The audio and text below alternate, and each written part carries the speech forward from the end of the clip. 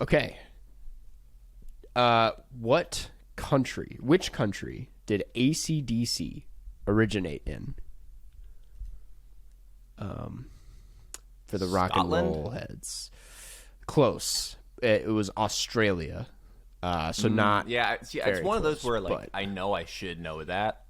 I Yeah. just knew that they had funny accents. Yeah. It's super For those Australians random. listening, they had totally normal accents, Yes.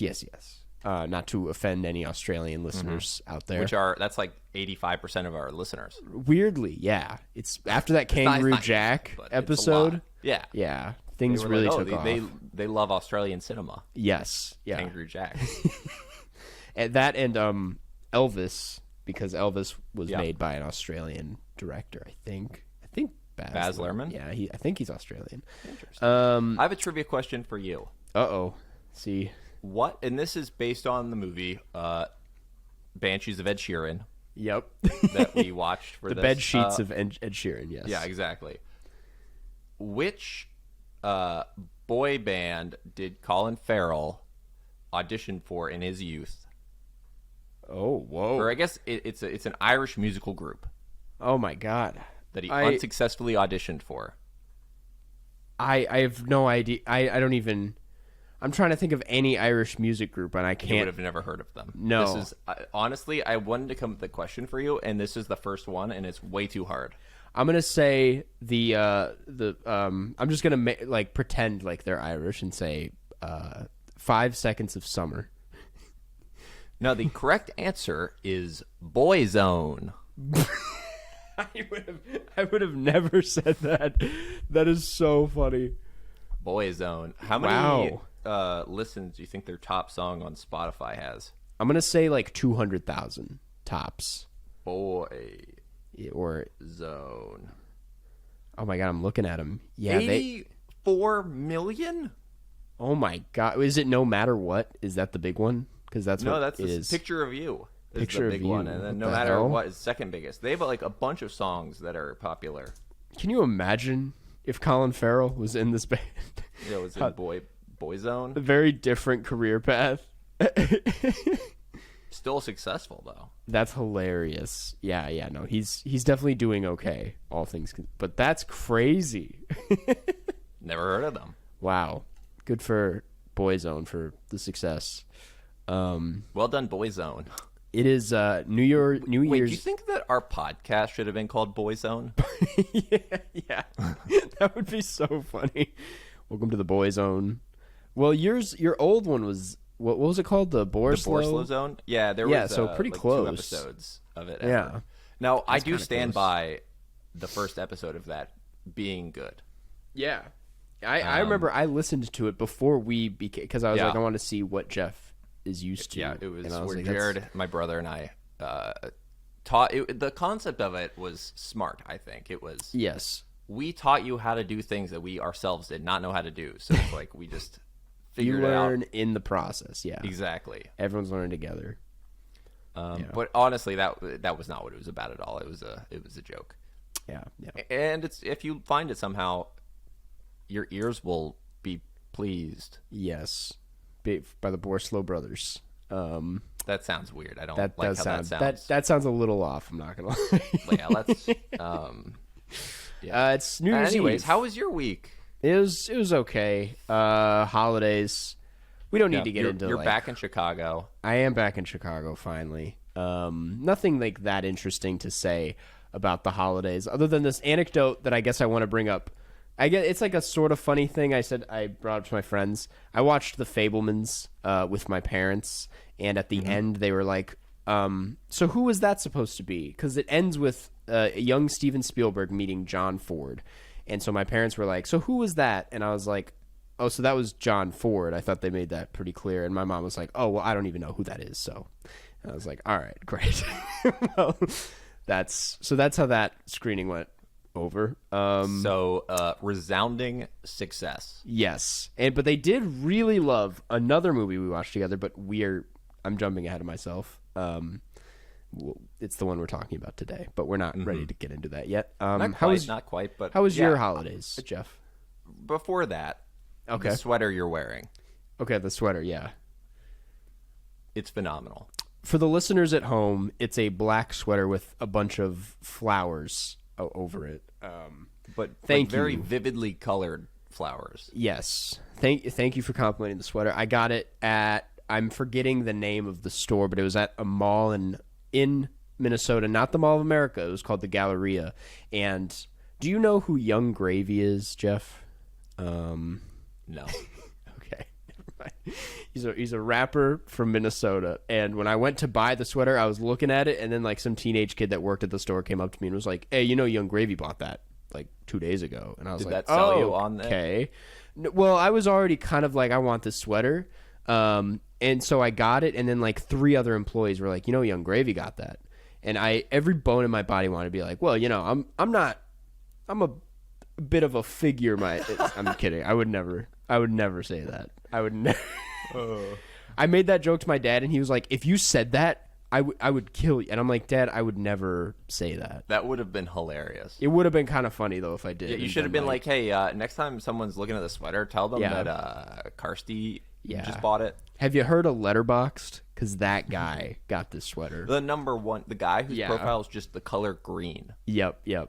And they'll off the shelves these sweaters. They'll go crazy. Yeah. So yeah. That's the story behind the sweater. My week, not that exciting, but I am leaving tomorrow to go to Austin, Texas. Yep. Big moves. Yeah, not some guy named Austin. Yeah, city in Texas. I'm visiting Austin. I'm visiting our good friend Austin. Do I know any Austins? I don't think that's like not a name. There's a YouTuber currently I'm not currently in contact with any Austins. No. Yeah, there's that like one tech YouTuber named Austin. Yeah, I think I know who you're talking about. There's Austin. I don't remember his last name. Austin McConnell. Isn't that a guy? Oh yes, Austin McConnell. He's a YouTuber I follow. Also, Austin Butler. Austin Butler. Actually, yes. For some reason, Austin Butler sounds like the name of a patron that we would have. But it's not. I don't know why. Just that name sounds like one of our fans, but it does. He's not, from what I know. He's not. He's not at all. You never know. He has no idea we exist. But yeah, I'm starting to like after. I feel like this year. I don't know how you feel, Jeff. I feel like the holiday season is extremely overrated, and I don't know. This year, I was just not feeling the spirit. I'm gonna be honest. The cheer was not there. I kind of just wanted it to be over. Yeah, I was kind of in the same boat. Yeah. It might be like the pandemic, like the fact that we had one without family and we all were like, this sucks. But then I'm like, looking back at it, nothing against my family, but this is starting to sound like a very anti-Carson's family. There's nothing against my family. I'm just like, it's so like having to be in a big group gets exhausting. Yeah, it does. And I think that's something that I don't think I missed that all that much. Or my parents moved, so the new place is a lot smaller. So everyone was cramped together when we were all here, and it was very crowded. So I think it's that I haven't had like much time where I'm alone in the last 2 weeks. Yeah, that is exactly it. So yeah, definitely I'm happy to be back in Chicago, where I can chill out. And you can chill out. You're only talking to me. Yep. Which on the internet. Well, I am going to a New Year's Eve party tonight because we're recording this on New Year's Eve, and that should be. Oh, right.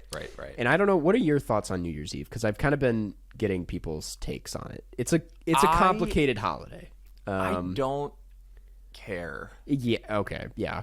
Yep. I'm going to be honest with you. How do you feel about it? Well, I just think that I don't like it because of the pressure associated with the holiday. Because it's like, if I'm staying at home and I decide not to celebrate, then I get like FOMO, and I feel like I should be celebrating in some way, because it's like people make it up. It's like the end of the year. But then if I go out, I'm like, this is not how I want to spend the end of my year. Like, this is just too much.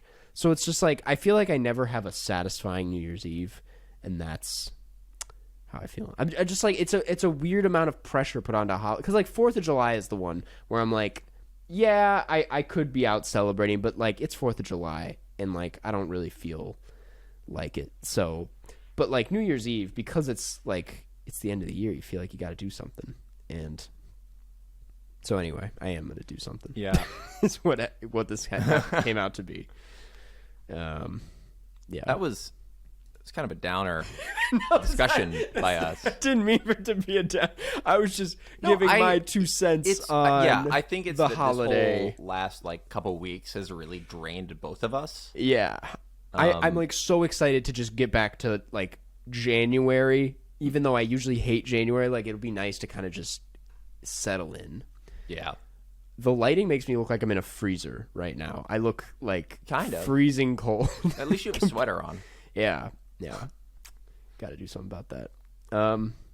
Anyway, so I take it you don't have any New Year's Eve. You're just going to hang out tonight. Yeah. Okay. Well, it's because I have to leave like fairly early because we're driving from, near Tampa to, it's like a 2-day drive. Yeah. No, that makes sense. Get ready. Yeah. And then I'm going to be doing a little bit of IT work. Yep. Bringing that Carscast touch to other podcasts. Yep. I mean, clearly you're good at the lighting, better than I am. I can't get over how bad my one light on in the entire room. You have it going. You have the design though. Like, you have those foam pads that are blocking out all the noise. Yeah, I don't know if they're doing anything, but it's so, because they look like amazing quality panels, but there's only 4 of them. There's just 4, and they're just holding on by a thumbtack in the middle of each of them, so it's just like, it's not what it seems to be. Anyway, do you want to talk about? Is there anything else you got going on? I don't know. I don't think so. I think. Oh, you have a new podcast. Yes, I actually have not announced it we only did it in a Patreon, but I'll briefly say a new podcast, which will be, I think the first 2 episodes will be out by the time this is out. Suck Off, Succession podcast. Yeah, that's very important after you say the title. Very quickly explain. I say in the first episode, I make it clear, first thing that's ever said on that podcast, I say, not a blowjob podcast, because I don't want anybody getting any ideas when they show up and get disappointed. Be an insane podcast. Yeah, just all about like blowjobs. Yeah, like what would the audio be? Would it be the tips. audio of a blowjob? Yeah. Oh God, that's a different.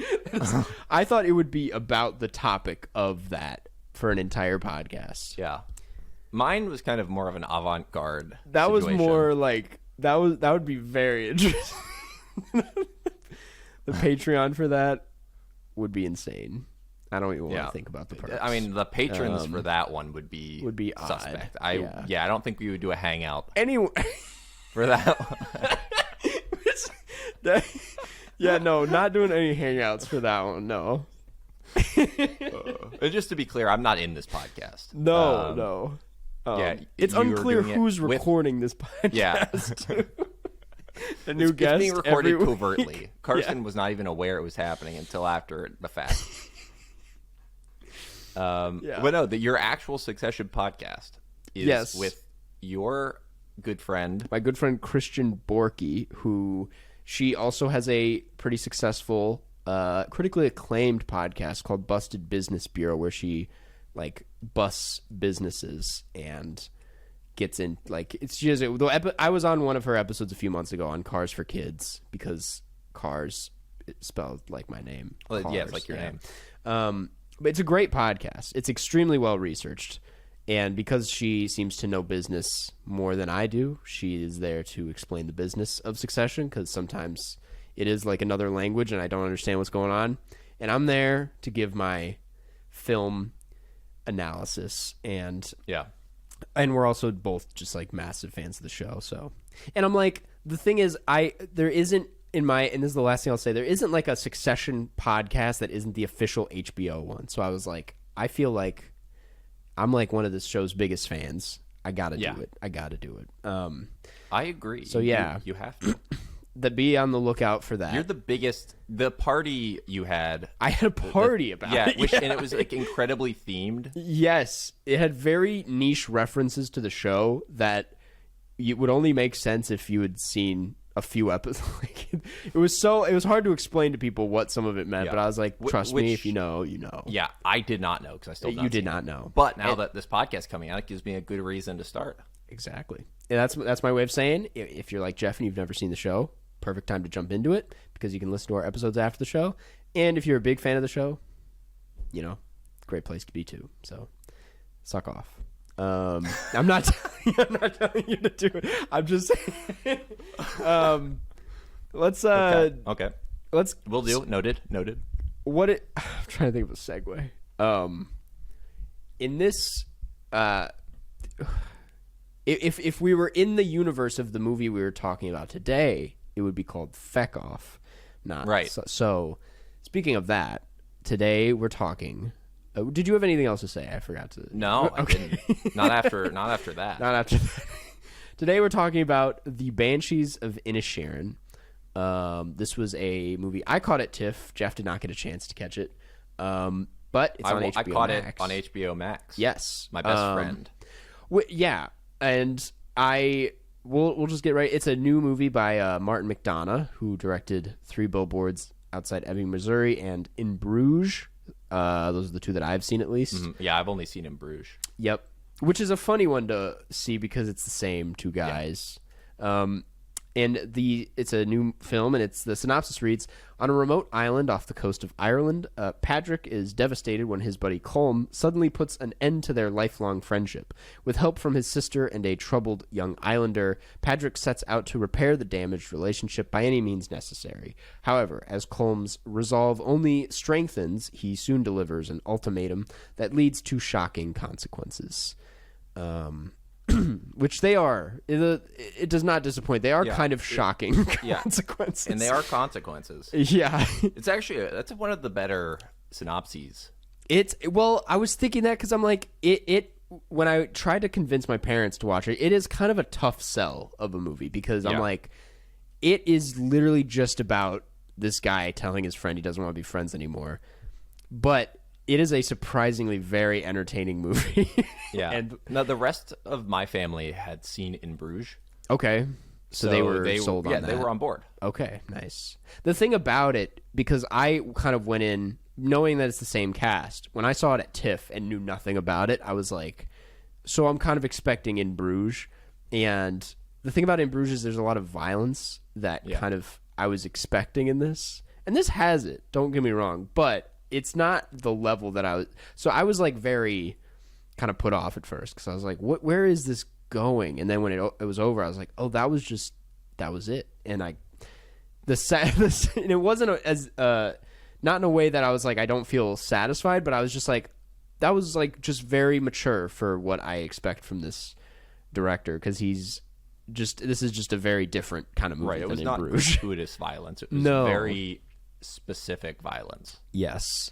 I should also mention the cast includes Colin Farrell, Kerry Condon, Brendan Gleeson, and Barry Keoghan, who all 4 of them are really amazing and have a lot of awards buzz, which is nice to see. Yeah, this film is very well reviewed across the board.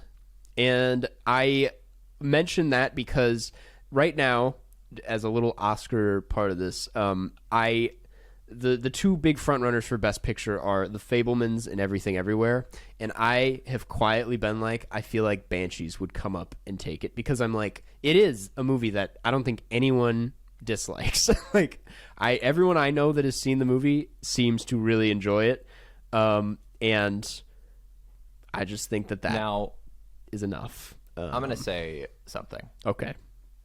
Besides me, the rest of my family did not have a good time. Really? Okay. So that's what I was because I told you before we recorded something that I also watched with my family and I wanted to know what your family thought. They didn't like it. No. So I think the reason they didn't like it is because it's a very well acted film. and I think they were feeling it too hard to where they just got like it was too much of a downer for them. It is a bit of a downer by the end of the movie. No spoilers, but it's like even honestly, the entire film is kind of a downer. Yeah, but I feel like there's enough funny moments for me. They're very dark. It's very dark humor, but like there's enough of that where I was like, this isn't a complete downer. But I will. I agree. The last like 30 minutes, you're just like, oh my god, this sucks. Okay, I want to. This film is about like a friendship where one of the friends wants to completely sever ties with the other friend. Yes. And you're never going to do that to me, right? No. That's why. Well, this is why I'm like, why did this guy? Let me address the patron question that I was going to wait to answer in this episode. That was, let me bring it up.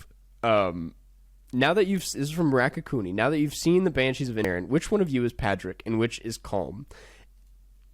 Exactly. Well, the thing is, I don't think either of us identify with Colm. No. I've always what I like about this movie though is that I don't think either of them are completely in the right or the wrong. I think Colm has his reasons, but I think he's ultimately kind of a dick. He's a piece of shit. I definitely, I would say, and I don't mean to speak for you, but I feel like we both align with Patrick more. Definitely more. In different ways. I'm like, Patrick is kind of like, I'm not going to get it. I'm just like, the way people look at Patrick, I'm like, sometimes I align more with that than I do with Colm, at least. Yeah, because, there are some people who, when they want to cut people out of their lives, they're like, I don't owe that person anything. They're toxic. Yeah. Well, I don't know. I could never do that, really. No. Where, like, I would have to just have, like, a discussion with them. And then be like, here's, what's up. Yeah. Although this film reminded me of like the first year of college, where there's people that you spend time with, and then like after you kind of are starting to figure out who you are and like your interests and stuff, you realize that you don't actually want to hang out with those people. Exactly. Yes. You know what I'm talking about? Like everyone has those people like the first year of college where it's like you are trying to find like your group of people, and then like sometimes like the first people you find, you like after a few months you're like, yes. It's my favorite thing, and this is after I was a freshman in college, but I love seeing like friends that are younger than me or like my sister, and like seeing on social media just that like the first week of college there's like this 20-person friend group. And I'm like, the okay, 20-person all right. Like give it 1 month, that's gonna be down to like 3 people. Because it's like, and there's nothing wrong. That's just how it is at college, because you're like, I'm trying to find as many people as possible. And the thing is, realistically, if you're friends with 20 people who all hang out together like all the time, you're friends with 0 people. Like that's too many to keep up with. Exactly. Yeah. You can't have like a deep relationship with a whole group. It's just like you're attending a party every time you hang out. Yes, it's too much to keep track of. And that's such a genius comparison, because like not high school, freshman year, if you're in a dorm, it kind of is like you're on this island and you're kind of stuck together on a floor. Right? And it's like, it is like this small insular group that you're forced to be with. Yeah. You have to figure out which of the people in that insular space you actually get along with. Exactly. I do think there's a small detail about the movie, because it makes it seem like they're trapped on this island, but the fact that she leaves, not to spoil it, but his sister eventually like goes to the mainland for work. It's like that's not their entire lives. They could move if they want to, and the opportunities kind of present themselves to them. So I'm like, I don't know. I think it does a great job at making like a community feel so isolating and tight knit that when one thing goes wrong in it, like it kind of ripples into other people's lives. And I think that is something I really like about it, is that I don't think it's necessarily wrong to end. It's like a breakup. It's like people break up. It happens all the time, but it's the way he goes about it. It's the way both of them go about it that like ends up harming most of the people around them. And I think that's what makes it such an interesting movie. Yeah, and there's so much that I haven't wrapped my head around with this film, where it's like this insular community, but they're really adjacent to the mainland, where there's this war going on. Yes, but they're secluded. Yep. I'm sure there's a lot of metaphors and things that smarter people could, pick Expand apart. on, yeah. Like, I'm really glad YMS is not on this episode, because I would be feeling so stupid. I wish I knew someone who was a bit more of an expert in like theology or just Catholicism, because that is a very heavy theme in here that I am not smart enough to explain. Yeah, my sister has one of her best friends is like a PhD theologian. Get her in here. Get her. We'll talk about it. I'll just call on the phone right now. Yeah, because like and then we just sit on the line while they watch this film. Yeah, we're just wait for them to say something. No, yeah, there is like, it's not very like subtle. Just the fact that there's a civil war going on across, and like they have their own little civil war going on this island between the two, and but I think that's like looking at this like breakup as something as extreme as a full blown war. Yeah, kind which of it's like adds it's to like it. this microcosm of like life. That there's the war on the mainland and it feels far away, but then they have their own war. There's a lot of interesting stuff here. Yeah. That if you watch it, you'll probably understand better than we can explain. And by probably, I mean you absolutely. That is what's interesting, because like I got lucky in that I've seen this twice or three times now. Like if we recorded this as part of our TIFF recap, I don't know how much I would have been able to offer, because it is like so deceptively simple, because it as simple as the premise is, and as how like few characters, as like it's a very dense movie that I think is saying a lot more than people give it credit for. And I think 3 watches deep, I seem to have a decent grasp of it, but some of it I'm still like, it really is this slice of life film that deals with a lot of deeper concepts. It's a little bit like First Cow. Yeah. It's sort of. Yeah, I mean, there's cows in this like one too. First Cow. It's, just to allude back to a different Karstcast film we've watched. Yes, there's animals for no reason. That's not helpful to say, but I just wanted to. No, yeah. So if you liked First Cow, listen to our episode on that from whenever that was. Yeah.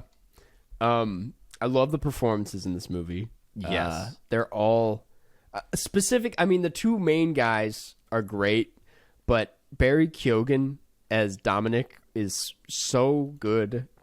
Like, I love his performance, because it's so funny, but also so sad a lot of the time. Like, there's that one specific scene that breaks the 180-degree rule like 5 billion times. And people on Twitter mentioned it, and I didn't notice it until then. But I'm like, whoa, he really did that. Rules are meant to be broken, Karsten. Exactly. And I love when people have those kind of criticisms of things, where it's like, you think that this very successful director doesn't know filmmaking techniques to the point where that wasn't deliberate. Yeah. So that was I just loved him in this movie. I also I did think, and I mentioned this in my latest Letterboxd review, like I didn't think the cinematography was that special the first time I saw it, but like on a repeat viewing, it was like really breathtaking. I liked a lot of the landscapes. Yeah, I mean, it really gives you a good sense of place. Yeah. Have you been to Ireland? So I was just gonna ask you that. I've never been to Ireland. Have you? Yes. How does it compare to this movie? It looks like that. Yeah. Would you ever live on this island? That island? No. Okay. What time period is this film taking place in? I think it's 1920s. I think it's that's what I thought. 1923 to 1925 is the rough, based on like the lack of electricity. Yeah, and there's the brief shot of his calendar inside where he thinks that's such a great. He thinks it's April Fool's Day, and he's like, "Oh, that's why he's being." But on that calendar, I think it says 1920 or something. That's another thing. I know it is kind of a downer of a movie, but I think it's hilarious. It's like there are so many funny jokes in here. Yeah. Like when he tells that guy his mom got hit or his dad got hit by a bread fan. It's like a lot of good bits. Which is, I don't know. It's my favorite kind of, like, I like that the humor does not get in the way it kind of adds to it. Yeah. What else? I don't know. Your parents didn't like it. They did not. and it was because they were very much, whoa, your colors all just changed. It changed webcam for whatever reason. I think this cord is janky, but anyway. Yeah. My parents, and my brother all, I was like, hey, do you want to watch a movie? And this was like today, it was in the middle of the day, and it was just, I think it wasn't a midday movie. It's not a midday watch. Yeah. Yeah, no, it's not. Because it does not set you up well for the rest of the day. No. That's the thing. When I watched it with my parents, it was after dinner, and it was like right before it would be too late to start a movie. So we watched it. And here's another thing is that, and I also mentioned this in my Letterboxd review, my dad falls asleep at like every movie I've ever shown him. Like we just watched The Fabelmans after this, and he fell asleep like 10 minutes in. He did not fall asleep for this movie, which surprised me because I'm like, it's kind of like if you're not into it, it would be easy to fall asleep to it. But he was like gripped, and that was like so insane to see. Which I'm like, when I was rewatching it, I'm like, yeah, it's a very entertaining movie. Yeah, that's the thing. Does a lot with a little. That I like about halfway through, I realized I'm like, we've been at this a while, and nothing is really happening, but at the same time, everything is happening. Yes, yes. I don't know how you can make such a small amount of events feel not boring. I do not have that skill. Well, it's just really I somehow interesting managed to characters. make exciting events boring. Yeah. My dad made a great point. It's not like a mind-blowing point. I'm ready. My not mind going to give my dad too blown. much credit here. Christopher Allen, rock my world. He said he thought it was a great movie about the idea of getting older, and I was like, that coming from an older person, I was like, that's interesting. And I think it's like that is kind of the core of the film, is like how to go about that feeling of like existential dread in a way that's not selfish or destructive to the people around you. Because I think Colm is very selfish. Yeah, and it's like I'm not going to spoil the ending, but it's like it clearly doesn't end well for him. It doesn't end well for Patrick either, I would say. But they kind of come to the line at the end where he said something and he was like anytime, or it was like something about watching after his dog. I'm just like, it ends on a note that's like, that's kind of what's important, is like you can be there for each other, but you don't need to get in the way of each other. And like, I don't know. I think if that's like speaking about the movie in that way, like it's a great movie about getting older. Getting older, existential dread. It's a movie about a lot of things. And, Christopher Allen gives it the thumbs up. Rehnquist approval seal. Yes. Seal of approval. Approval seal sounds like a animal seal that's like clapping. The approval, bring in the approval seal. So yeah, I would. The weird thing is when I look at like the Best Picture nominees, even though this is a bit of a downer, and these aren't they haven't announced the official nominees, but this is obviously getting nominated. I do think this is one of the easier to recommend things because that's another. It's like it's very niche in that it's like about this small island in Ireland in the 1920s, but it's so universal. It's about us all. It's about us all. Yeah. It's about us all. It's a very beautiful movie that I could watch over and over again. It's what being a storyteller is about. It's about finding something that does not actually relate to you in any superficial way, but it's about, things that are intrinsically human. Yes. And a lot of films are not like that. Yeah. But this film is. This film, Space Jam. Yeah, just to name a few. Just to name a few. So that's that. What are we feeling for scores here? I'm going to give it 4 stars. 4 stars. I'm giving it 4 fingers. There we go. I bumped it all the way up to 5 after my last. It's been a 4.5, and then this last viewing, I was like, I don't know what else I personally would have wanted. I think hits it out of the park for me, and it's one of the best movies of the year. Yep. My family gave it 2 thumbs down for depressing them in the middle of the day. Yeah. I will say, time of day rating. Not midday. I'm gonna not tell you midday. That right now. I watched it at 8 a.m. at TIFF, and it is not a morning movie either. Don't watch it in the morning. Nope. It's a great 9 p.m. watch, though. Yeah, that's the first thing I saw at TIFF was Moonage Daydream, and that was a morning screening for me. Yeah, it was not a morning That's film. insane, yeah. So that's Banshees of Inisherin. It's on HBO Max now. And yeah, you should check it out if you want. Unless you a good fun time. Yeah, unless you don't want to ever be sad. Yeah. Then do not check it out. This next part of the podcast is the question section. This is Carson's favorite part. Yes. I made that up, but it could be true. Who knows?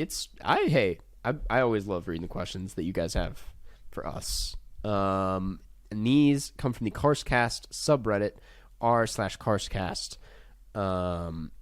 This is this first one comes from Chips Ahoy 523, and it's Jeff. I think you talked about the Lightning reverse retro jersey before, but do you have any thoughts on any of the other reverse retros across the league? Also, when is the official Carscast meetup at a Lightning game? Yeah. Now, who sent that? This is Chips Ahoy 523. Yeah. So I was at a Lightning game, and I'm almost positive it was the same person. When I posted a picture on Instagram, they responded, and apparently they were at the game the day before the game I was at. So yeah, they messaged me a bit, and they seemed they seemed delightful. Yeah. Now, saying that, the Lightning reverse retros are the best. Let me just do a quick Google search, because there's a couple that are bad. There's one that's based off of a team that used to exist called the Seals, which I like a lot. I think that might be San Jose. The Approval Seals, or whatever we said. Yeah, the Approval Seals. The Approval Seals. Oh yeah, San Jose Sharks. Their reverse retro is this, which is kind of nice. Ooh, I like that. Yeah, good colors. Yeah. And then I'll just very briefly fill in some time real quick. Banter. Yeah. Something. Los Angeles Kings one's pretty good. Yeah. Now what's funny is the Seattle Kraken have one. This is this is only the second year the teams existed. So I don't know what they have to be retro about. Okay. Deep history. Yeah. The best one is the Anaheim Ducks, because when they were founded by Disney after the movie The Mighty Ducks. So their original logo was the Mighty Duck logo. So their reverse retro is back to the Mighty Duck logo. That's amazing. Which, even if it weren't associated with the Mighty Ducks, is a great logo in my opinion. Like the bill being, them being considerate of the bill is tremendous, crucial. Yes. The Lightning one's the best though. Yeah. Yeah. That covers Wait. that. Well, let me see. This is a ranking by ESPN, and they ranked the Lightning reverse retro in last place. So they ranked it 32. Damn. But it's the best one. Okay. Okay. That is outrageous. Maybe there will be an official meetup at a Lightning game. You never know. You never know. The only not official podcast, because that'd be a ridiculous amount to pay to meet me. Yes, true. Honestly, you could meet me for free. Yeah, just kind of get to know Jeff's location and you can. I mean, if you hack my devices, most Panda Expresses in the Florida. This next one comes from Icy Tooth 9527, and it's, what foods do you hate and why? Brussels sprouts, because they smell bad. I was literally going to say that. I was like, not to be, because I feel like people grow out of it eventually, but we had some at Christmas, and I'm like, I'm gonna try it again. I can't do it with Brussels sprouts. Everyone else in my family likes them. Same. They need this is such a childish thing, but like they need like a sauce. They need to smell better. The smell is bad. The taste is better than the smell, but the taste is still like very sour, and I don't like it. I like other vegetables though. Like I'm not a vegetable hater by any means. That's like my least favorite vegetable. Yeah. I mean, I like squash and zucchini a lot. Mm-hmm. Yeah. Now, back to what we do not like, and this is going to be contentious. Yep. I don't like ravioli. Ooh, that's interesting. Why don't you like ravioli? I feel like it's so I don't really likable. like pasta overall that much. I would say Italian food of like the major cuisines of the world is my least favorite. Interesting. Okay. I guess I can see but good Italian food is so good. But I guess my issue with Italian food is it makes me feel bloated. Like I always feel way too full after most Italian meals. But yeah, that's interesting. And ravioli is just not your thing. No, I also don't like lasagna. Oh my god! Essentially, it's just like big ravioli. Yeah. Like, if you really think about it, there's only like 2 ingredients in Italian food. It's like tomatoes and pasta. Yeah. And everything's just a variant of that. Yeah. In different size. I don't like olives. Olives. Green or black? Green. Both, actually. I don't like olives. They dominate whatever food they're a part of, you know? And it's, I guess, green olives by themselves. I had a okay one at dinner a few black olives I like by themselves. They're just like a nice salty little squishy treat. That's the thing. It's like nature's gusher. It's just it's a weird texture for that taste, I guess, is my case for that. But I think that's something I'll probably grow into. I hope I grow into Brussels sprouts because, you know. You want to be sophisticated? You know what I really don't like, and this might be a hot take, is corn on the cob. I am not a corn on the cob enjoyer. Is that because of the way you have to eat it? Yes. Or the and taste? I'm not crazy about the taste either, but the way you have to eat it, it pisses me off. Stuck in your teeth. So many. Yeah, it gets in my teeth. It's so uncomfortable. It's not satisfying. I always prefer to eat like corn that's not on the cob. I love corn. It's one of my favorite vegetables, but not on the cob, because on the cob it's just like stressful to eat. It's like, okay, well, I hope nothing shoots into my teeth and makes me uncomfortable until I floss. Like nuzzles its way in and never get it out. Yeah. So not a fan of those. That's about it though. I'm trying to think of other things. Nuts. Don't like nuts. For obvious reasons. Yeah, that's because they are trying to kill you. They are trying to kill me. This last one comes from Lazu Cat, and it's, what's your favorite chick flick?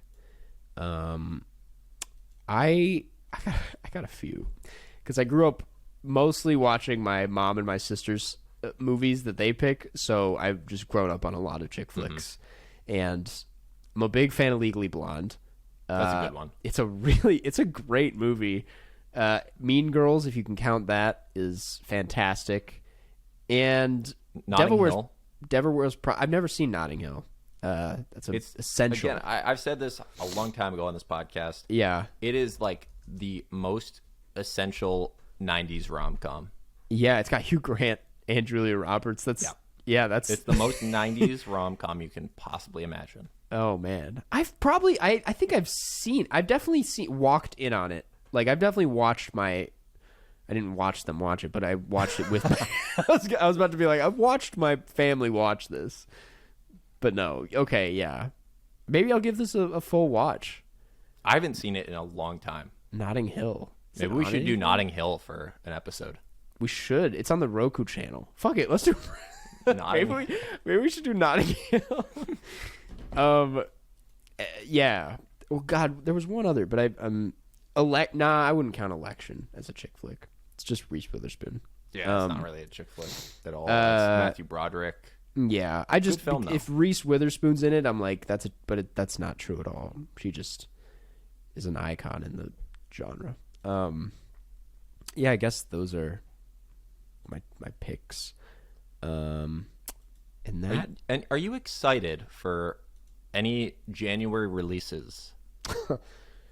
Oh boy. I did kind of list out my video schedule at least for this month, which includes the film Megan, which I don't know if you've seen the trailer or teaser for Megan.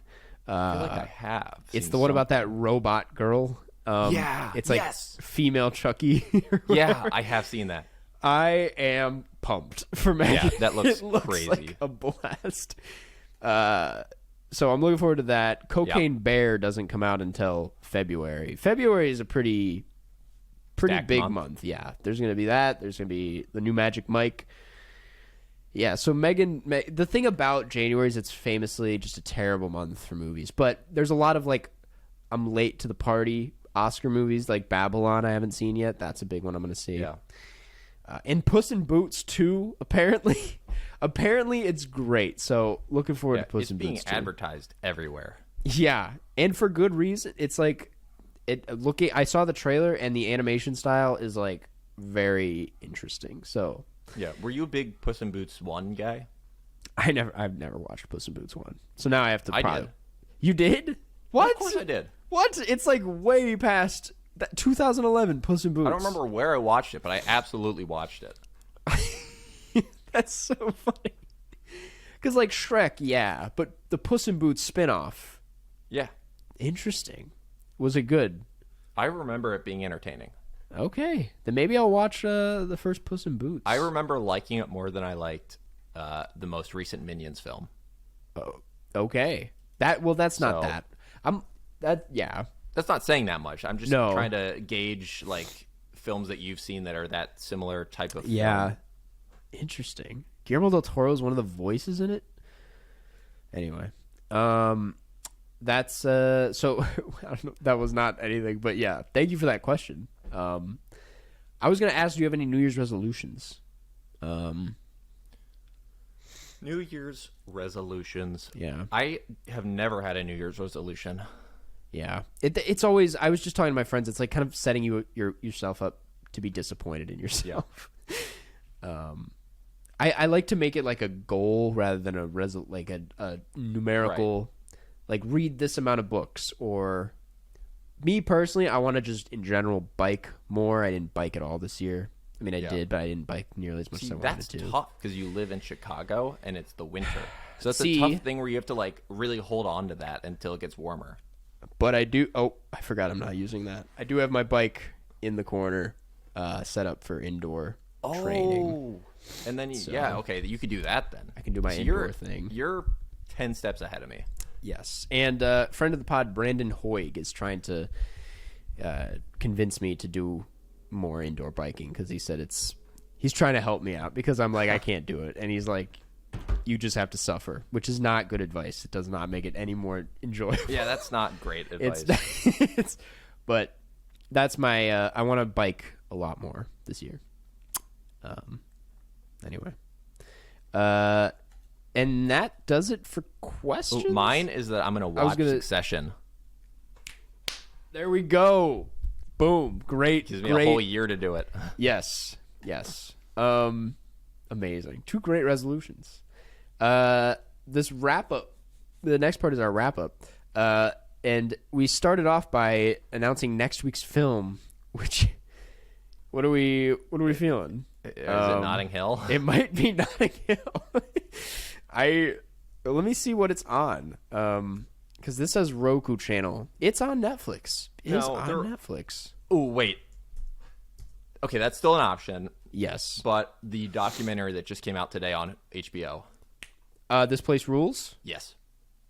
We should watch This Place Rules because I've been really excited to watch that documentary. To see that. So maybe that and then Notting Hill the week after, unless we push it back. Let's do This Place Rules. Oh my God. Thank you for getting that idea, Jeff. That's such a great idea. Oh, yeah. So This Place Rules, it's on HBO Max.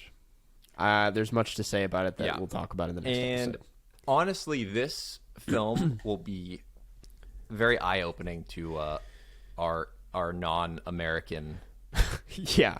It is one of the most, I would say, and I haven't seen the movie yet, I'm just familiar with his work. Yeah. It is a very accurate depiction of America for the most part. It's an accurate depiction for definitely a certain fairly larger than we would hope it is segment of the population. Yes. Oh man, have you haven't watched it yet, have you? No, I haven't. Okay. I'm like so excited to watch. Me too. I am Yeah. ready. I'm watching it. So that's next week's movie. This next part is reading a review because we love to hear what you guys have to say about the podcast. Keeps us motivated. It is always nice to hear. It's instant validation. Yeah. Most and every of the time. Carson and I see each other in person, we talk about all the good reviews, and then we high five, and then we hug. Yep, exactly. We embrace. And it's all because of the reviews. Yes. This one comes from Liam LS from Canada, and the subject line is Great Pod, 5 stars, and it reads, Love this podcast. Listen to it at work all the time, and it inspired me to start a podcast named after myself and invite my best friend to co-host it with me. Look at that. That sounds exactly like our podcast. Did they give the name of their podcast? They did not give the name of the podcast. We could have given it a shout-out. I would have given it a shout-out, Liam, but maybe just look up Liam Podcast. Liam, get your friend to write a review with the name of it. Yes, and then that's say, double hey, I'm Liam's plug. friend. This is the name of it. I'm just gonna look up Liam Cast and see if it. No, I'm not gonna find it.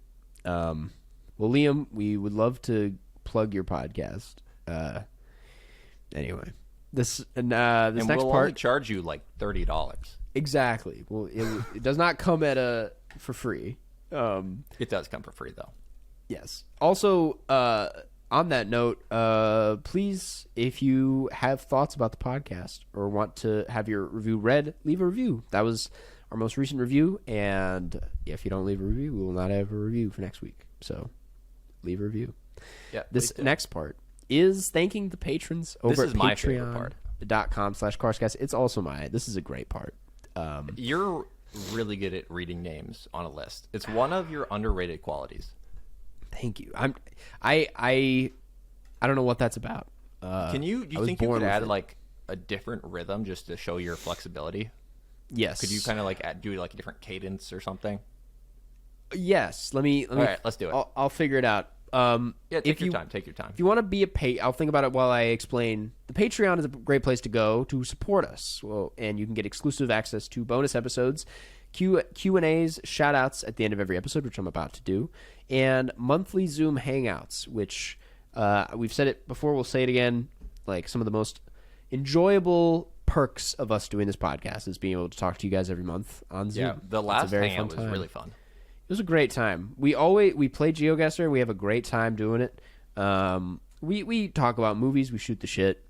It's a great community over there, and if you want to be a part of it, all you need is $5 a month or more at patreon.com/Carscast. I mean, we'll take more. We'll take more, but all you need is $5. Thank you. See, now I don't know how to... Okay. Alex Thomas, Anson Contreras, Big Beard Pirate, Boinks, Camilla, Coop, David Borslow, David Sir, Eden, Fid Richardson, Goodnight Tale, Jacob Meyer, this is barely any different, Jared Armstrong, really. John. Can you do it to like a song or something?